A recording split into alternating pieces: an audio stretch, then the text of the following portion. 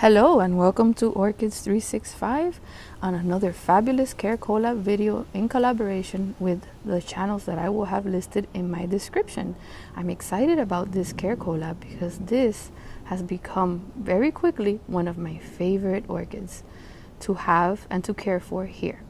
Okay, this is the Rhynchostylis Gigantea, and this was my first ever purchased many years ago. I would say 5-6 years ago at Tamiami Orchid Festival from Soroa Orchids. She was very small when I bought her. In the same show, I purchased this pot, and I've had her there ever since.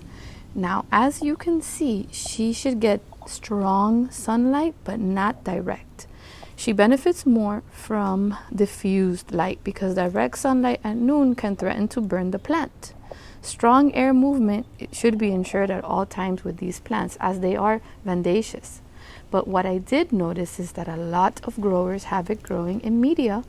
So this one does have a little bit of bark chips and a little bit of charcoal in there. They do suggest that you repot when she's growing in media. However, these do not like to be repotted. So if I don't see any decomposition of the media, or if she's stressed, I just refuse to touch her because she is so happy. It is crucial that they get a lot of aeration in the roots. You see how this pot has many holes and she has those air roots growing everywhere? For this species, it's important. They need loose media, they need air movement, they need to dry out. See, this root escaped and parked herself inside of the media with the flowers growing in it. So I haven't touched it. It's been here. She's happy. I'm not complaining. I water her as I do my other vandas. However, since I have her in media, if her roots are green and she still seems like she hasn't completely dried out, I leave her alone. I feel that she grows very good here in Florida because they thrive on humidity, almost 80% of humidity. So that explains.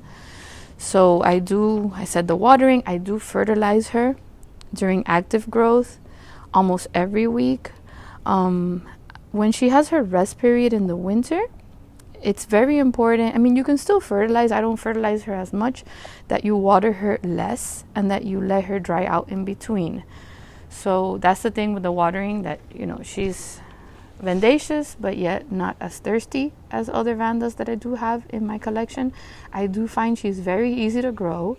However, she does only bloom once a year, which is a shame because the fragrance has grown on me, and I really love how she always has double spikes. So with that being said, over here I have added this one that is quote unquote red on the ID, but as you can see, it's such a deep dark purple to me, and I just love this color. And I love how they had her in a basket. I love how they had the coconut fiber and the same media that I have my other one in, and she was growing so beautifully. So I decided to add her to my collection, and I put her here just to show you her blooms.